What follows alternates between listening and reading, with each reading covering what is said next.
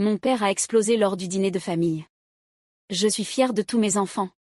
Sauf de la rater assise à cette table. Je suis partie. Mais ce qui s'est passé après a choqué tout le monde. J'ai longtemps cru qu'il y avait quelque chose qui clochait chez moi. Que peut-être, si je parlais moins, souriais davantage, faisais plus d'efforts, il finirait par m'aimer. Mais peu importe ce que je faisais. Mon père ne m'a jamais regardé comme il regardait mes frères. Jamais avec fierté. Jamais avec tendresse. Seulement avec indifférence. Je m'appelle Alina, et en grandissant, j'étais l'invisible dans ma propre famille. Mon père, Richard, n'était pas du genre à crier.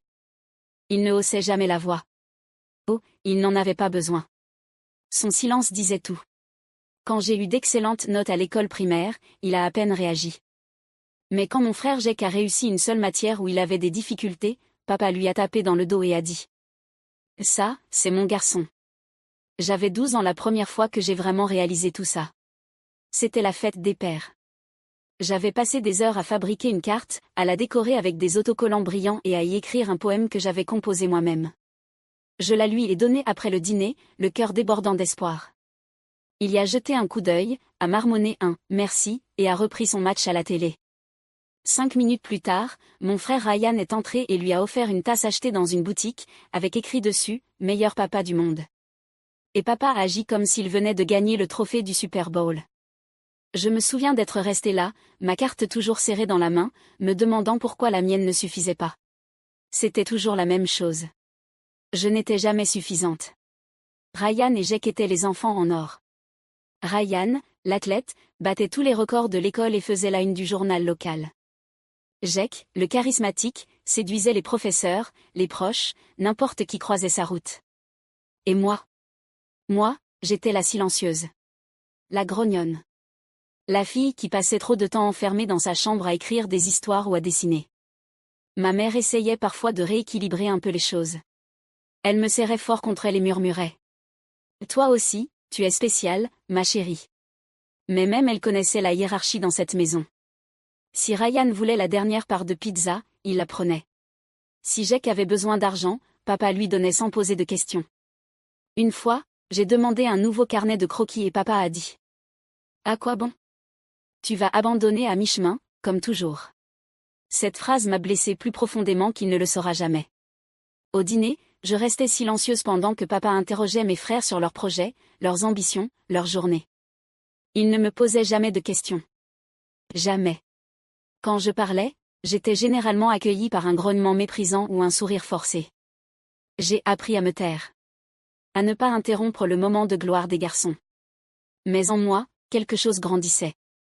Pas seulement de la tristesse, quelque chose de plus tranchant, de la colère, une détermination que je ne savais pas encore nommer.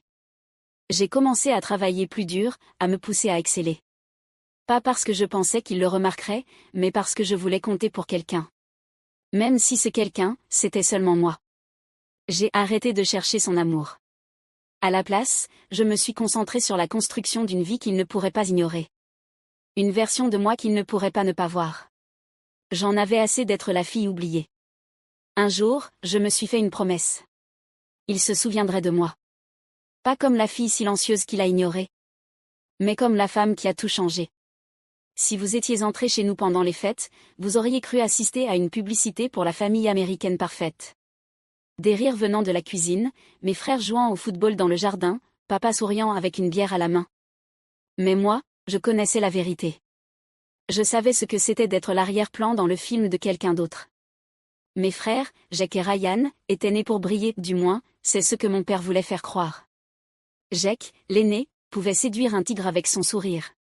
C'était le gars qui n'étudiait jamais, mais réussissait toujours avec un clin d'œil et une pirouette. Papa l'adorait. Ils avaient leurs blagues à eux, des chapeaux de pêche assortis, et une poignée de main secrète qu'ils avaient inventée quand Jake avait 10 ans. Je me souviens les avoir observés un jour depuis le couloir, pendant que Jake montrait à papa une idée de business griffonnée sur une serviette. Papa le regardait comme s'il venait de résoudre la faim dans le monde. « Ça, c'est mon garçon », disait-il en lui tapant dans le dos. « Tu as un cerveau de leader. » Ryan, le plus jeune, était l'athlète doré. Des trophées de football alignaient ses étagères. Papa assistait à tous ses matchs, qu'il pleuve ou qu'il vente, et criait sur la touche comme un entraîneur de lycée fier de son équipe. Quand Ryan a marqué un but décisif, papa a organisé une fête entière dans le jardin. Barbecue, musique, les voisins invités. J'étais là aussi, bien sûr en train de mettre la table, de faire la vaisselle. J'ai eu un bon travail, une fois, quand j'ai été acceptée dans un programme d'excellence. Une seule fois. Pas de fête. Pas de dîner. Juste une phrase lâchée au petit déjeuner, entre 2 bouchées de pain grillé. Programme d'honneur? Ah. C'est sympa. Je veillais tard pour étudier. Je donnais tout dans chaque cours. Je prenais des petits boulots pour payer des cours supplémentaires. J'ai reçu des certificats. J'ai gagné des prix discrets. J'ai même décroché une bourse. Mais mon succès ne brillait jamais dans ses yeux comme celui de mes frères. Au dîner de famille, papa rayonnait de fierté en parlant de la nouvelle start-up de Jack ou du camp d'entraînement de Ryan. Moi, je mentionnais mon stage dans une entreprise prestigieuse, et il hochait la tête. Puis il retournait discuter avec mes frères comme si de rien n'était. Il disait: Jack, raconte-leur cette réunion avec l'investisseur. Le message était clair. Eux étaient la tête d'affiche. Moi, j'étais l'entracte. Mais le plus douloureux? Je ne détestais pas mes frères. Ils n'avaient jamais été cruels avec moi. Ils aimaient la lumière, bien sûr, mais ne me poussaient pas dans l'ombre. C'est mon père qui l'a fait. Et je n'ai jamais compris pourquoi. J'ai tout essayé. Être serviable. Être indépendante. Réussir. Rien n'a jamais fonctionné. Parfois, je me demandais s'il se rendait seulement compte à quel point son favoritisme m'écrasait. D'autres fois, je savais qu'il en avait pleinement conscience et qu'il n'en avait tout simplement rien à faire. Je me disais qu'il fallait que je laisse tomber. Que je me concentre sur moi-même. Que je n'ai plus besoin de sa validation. Mais au fond de moi, je la désirais encore. Juste une fois.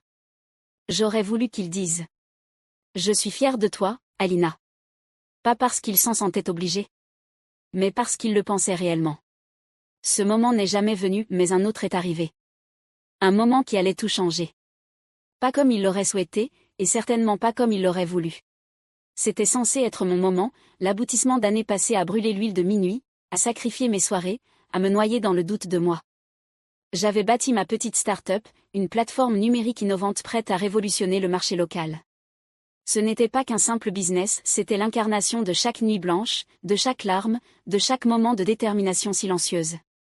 J'y avais mis mon âme, en croyant que, cette fois, ma valeur serait indéniable. L'événement de lancement s'est tenu dans une salle de conférence moderne et élégante, en plein centre-ville. Investisseurs, presse locale et leaders du secteur affluaient, les yeux pleins de curiosité et d'attente. Je suis montée sur scène, tremblante d'un mélange d'enthousiasme et de peur, le cœur battant comme s'il voulait s'échapper de ma poitrine.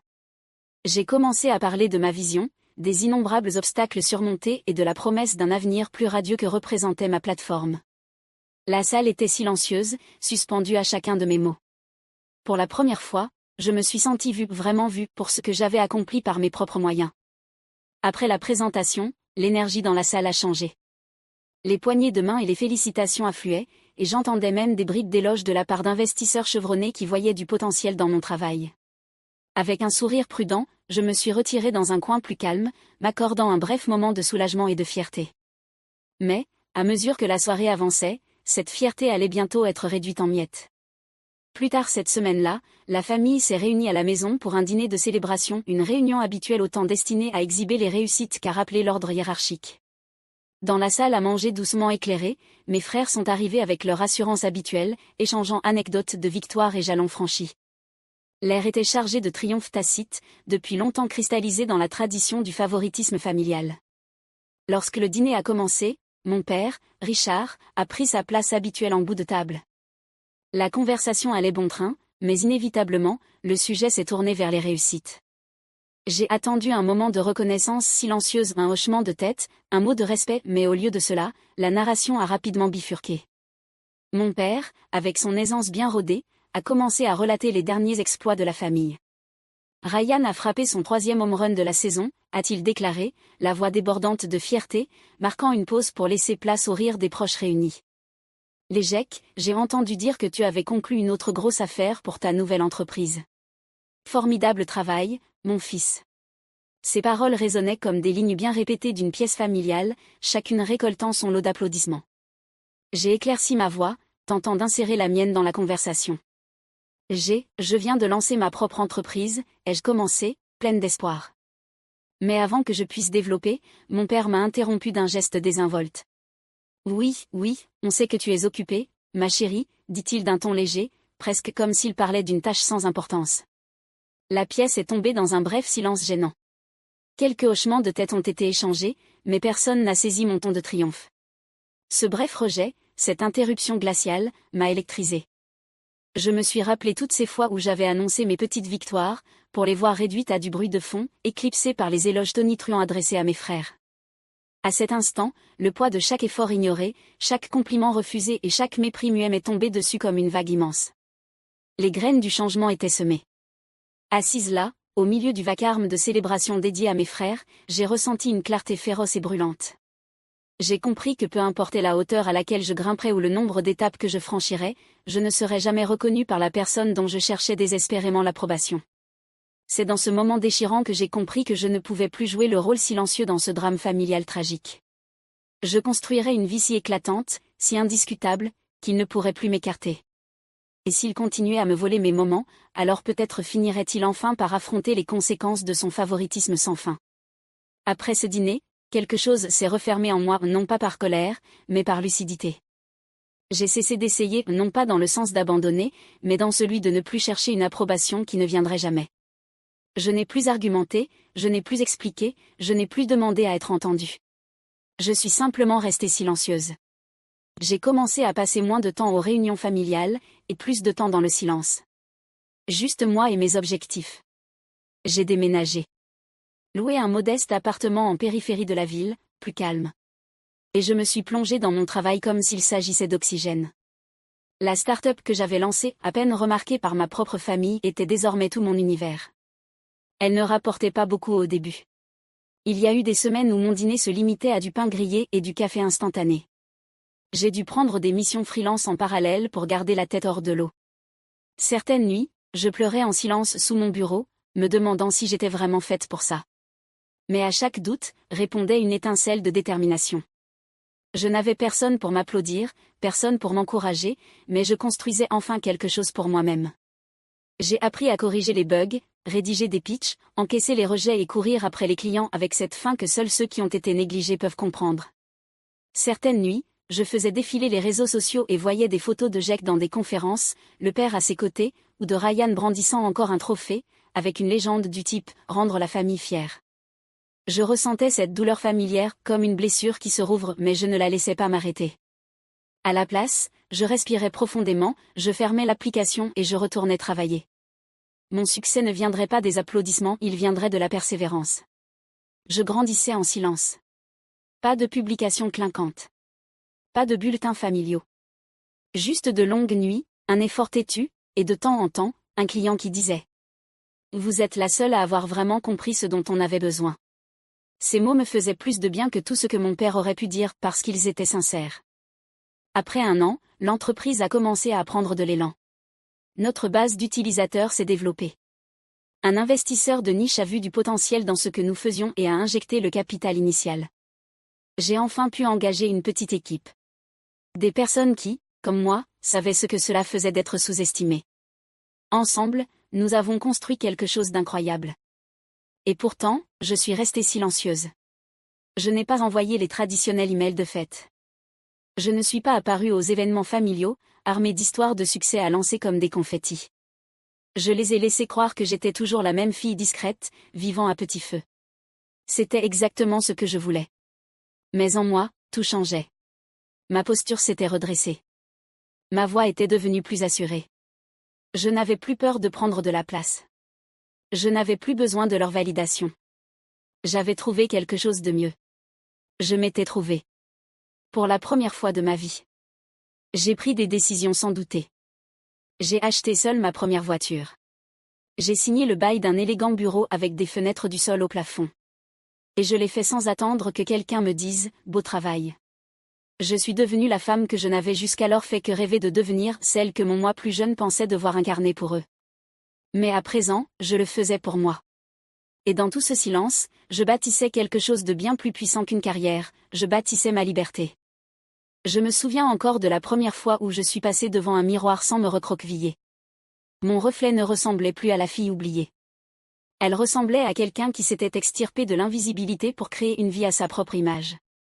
Et ce n'était ni bruyant ni ostentatoire, c'était une force tranquille, de celle qui ne supplie pas qu'on les voie, mais qu'on ne peut ignorer. Et bientôt, eux non plus ne pourraient plus m'ignorer. Pas après ce que j'étais sur le point de faire. Je n'étais pas rentrée à la maison depuis presque 2 ans, ni pour les anniversaires, ni pour les fêtes, même pas pour les appels obligés. Le silence était réciproque. Personne n'avait pris contact pour savoir comment j'allais, et je ne m'attendais pas à ce qu'on le fasse. Voilà ce que c'est, être oublié, on finit par se sentir à l'aise dans sa propre absence. Mais cette année, j'ai pris une décision. J'ai confirmé ma présence au traditionnel dîner de la fête des pères sans explication, sans justification. Juste un simple « je serai là » posté dans le groupe de discussion familiale. Les réactions furent un mélange d'émojis et de silence passif. Je pouvais presque sentir le malaise à travers l'écran. La veille au soir, je me suis tenue devant une élégante voiture de luxe noire, dans le showroom d'un concessionnaire, signant des papiers avec un nom de famille que j'avais légalement changé après avoir lancé mon entreprise. Ils ne le reconnaîtraient même pas. Aucun d'eux ne m'avait jamais demandé ce que je faisais ni qui j'étais en train de devenir. À côté de moi, un petit enveloppe noire. Ses bords étaient nets, le papier épais et luxueux. À l'intérieur, un seul document juridique qui allait tout changer. Le jour de la fête des pères est arrivé. Je me suis habillée avec soin, pas pour impressionner, mais pour me rappeler qui j'étais devenue. De la confiance dans chaque centimètre de tissu. Du pouvoir dans chacun de mes pas. En roulant dans l'allée, le moteur ronronnait comme un avertissement. Mes frères étaient déjà là, trinquant et riant dans le patio. Papa siégeait en bout de table, un grand sourire au visage, un verre à la main, le rôle qu'il jouait si bien. Ses yeux ont brièvement clignoté dans ma direction, pendant un instant, la confusion a fissuré sa présomption habituelle. Puis, un sourire. Les biens, regardez qui a enfin décidé de se montrer. Tout le monde s'est retourné. J'ai senti la surprise et le jugement s'installer dans l'air. J'ai souri poliment. Salut tout le monde. Bonne fête des pères, papa. Le dîner fut ce mélange habituel de rire forcé et de piques déguisées. Jack a parlé de son nouvel appartement. Ryan s'est vanté d'une nouvelle promotion. Papa hochait la tête et brillait comme un roi entouré de ses princes.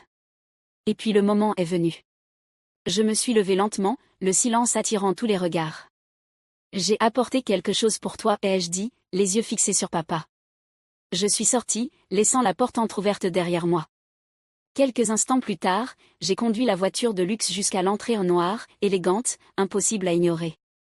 Je suis sortie, revenue à l'intérieur, et j'ai déposé la petite enveloppe noire sur la table, devant lui. Pour toi, papa. Bonne fête des pères. Des soupirs ont parcouru la pièce. C'est une voiture ? Va demander Jack, plissant les yeux vers l'entrée. Ryan s'est penché en avant. Va attends. C'est toi qui l'as acheté ? Papa a regardé les clés, puis moi, totalement abasourdi. Il a pris l'enveloppe, ses doigts légèrement tremblants. Qu'est-ce que c'est ? Ouvre simplement, ai-je répondu calmement. Ma voix, assurée. Tous se sont penchés alors qu'il glissait le papier hors de l'enveloppe. Pendant une seconde, son expression est restée inchangée. Puis ses yeux ont commencé à parcourir la page, lentement, son visage a perdu ses couleurs. Sa mâchoire s'est contractée. Qu'est-ce que c'est que ça ? A-t-il aboyé, désormais les yeux rivés sur moi. Je lui ai adressé un long sourire, indéchiffrable. Lis attentivement. Tu comprendras. Et sur ces mots, je me suis retournée, j'ai quitté la pièce et suis montée dans la voiture. J'ai démarré tandis que les cris commençaient derrière moi, car cette enveloppe n'était pas qu'un bout de papier. C'était l'acte de propriété de l'entreprise que je venais d'acquérir, la société où il travaillait. Son emploi, sa fierté, son statut, tout désormais sous mon contrôle. Bonne fête des pères. La maison, en effet, n'avait pas changé, décorée avec un goût impeccable, froide. Ma mère allait et venait dans la salle à manger comme une ombre silencieuse, remplissant des verres et souriant à des blagues qui n'étaient pas drôles. Mes frères en étaient déjà à plusieurs verres, et l'air semblait lourd de vieilles habitudes et de règles tacites. Je me suis assise en silence au bout de la table, l'enveloppe noire reposant dans mon sac aussi lourde qu'un battement de cœur. Les clés de la voiture étaient rangées en toute sécurité dans la poche de mon manteau, garé juste devant la fenêtre, bien en vue de l'entrée. La conversation tournait autour de moi comme si je n'étais même pas là. Ryan parlait de sa dernière victoire en matière d'investissement. Jake plaisantait sur les gens qui louaient encore. Et papa, bien sûr, hochait la tête avec approbation, absorbant la fierté comme on absorbe la lumière du soleil. « Alors, comment vont les affaires ?» demanda-t-il. Jake leva son verre. Papa rit. Occupé, comme toujours. Mais tu sais, tout le monde n'est pas taillé pour ce genre de pression. Il faut avoir de la vraie trempe, il regarda Ryan. Heureusement que j'ai 2 fils qui n'ont pas peur de prendre les rênes. Je haussai un sourcil, mais je ne dis rien, ce n'était même plus subtil. Puis il baissa les yeux sous la table, dans ma direction. Je sentis le moment changer avant même qu'il n'ouvre la bouche. Et puis il y a l'échec, là, assis à la table, dit-il en désignant ma direction d'un geste ironique. Tu fais encore semblant d'être la brebis galeuse, hein? Les rires éclatèrent. Jake manqua de s'étouffer avec sa boisson. Ryan rit si fort qu'il dut taper sur la table. Ma main resta posée calmement sur mes genoux. Je ne clignai pas des yeux. Je ne souris pas. J'attendis, simplement. Quand les rires finirent par s'éteindre, je me levai lentement, calmement, comme on bouge quand on connaît déjà la fin de l'histoire. En fait, j'ai apporté quelque chose pour toi, papa, dis-je en sortant une enveloppe de mon sac. Un petit cadeau pour la fête des pères. La pièce se figea, même l'air sembla suspendre son souffle. Je fis le tour de la table et posai l'enveloppe directement devant lui. Il la regarda, intrigué. Qu'est-ce que c'est? Ouvre-la, simplement, dis-je.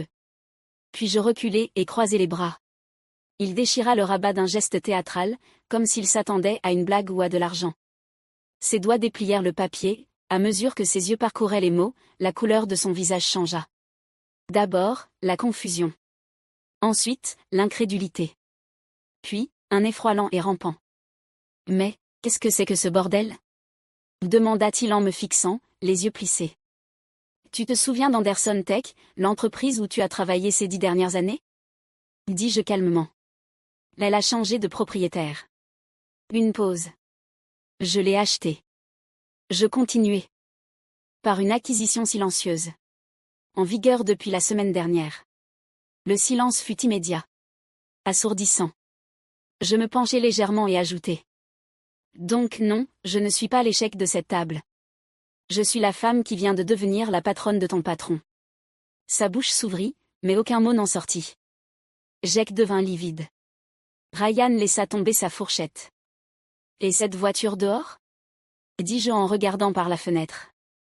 Elle faisait partie de la présentation. Mais maintenant, je vais repartir avec. Je me retournai sans attendre de permission. Je sortis et glissai sur le siège conducteur. Le moteur rugit, et à peine avais-je démarré que je l'entendis crier depuis la porte d'entrée. Ce n'était pas de la colère. C'était de la peur. Le moteur vrombissait doucement tandis que je m'éloignais de la maison. Mes yeux restaient fixés sur la route, le poids de ce que je venais de faire s'installant dans ma poitrine. Ce n'était plus une question de revanche, c'était bien plus profond. Pendant des années, je m'étais laissé rétrécir dans l'ombre d'une famille qui ne m'avait jamais vraiment vue. Et maintenant je me tenais droite, projetant une ombre qu'il ne pouvait plus ignorer. Mais le poids du moment n'était pas la seule chose qui me suivait. Je savais ce qui se passait derrière moi. Je pouvais l'imaginer aussi clairement que si j'étais encore assise à cette table, écoutant le silence assourdissant qui suivit mes mots. Je n'étais plus là, mais mes actes parleraient plus fort que tout ce que j'aurais pu dire. Les mains de mon père tremblaient en tenant le papier. Il regardait le document, puis ses fils, ses lèvres bougeant comme s'il cherchait des mots qui ne venaient pas. Je voyais la panique commencer à s'installer, s'insinuer dans chaque muscle de son corps, se répandre comme un virus. « Papa ?» dit Jake, sa voix soudain toute petite.